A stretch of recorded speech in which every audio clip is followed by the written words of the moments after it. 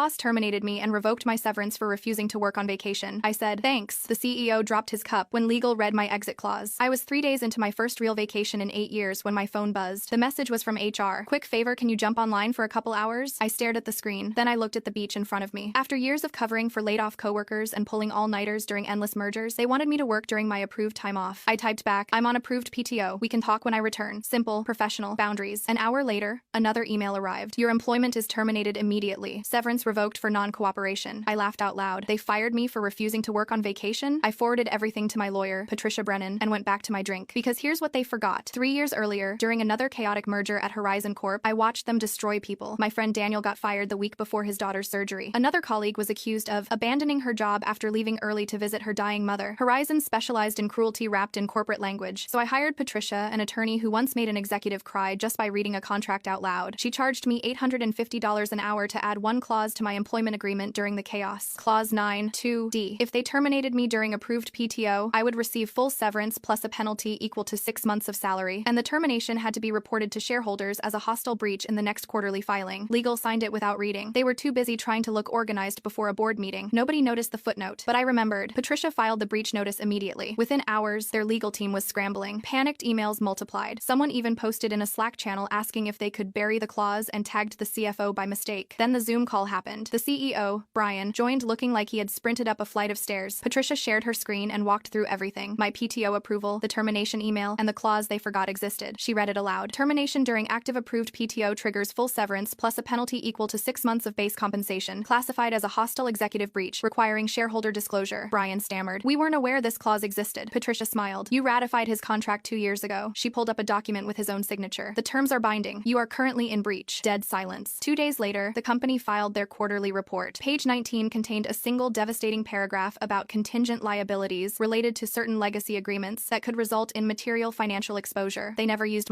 Click the link in my profile to watch the exciting follow-up.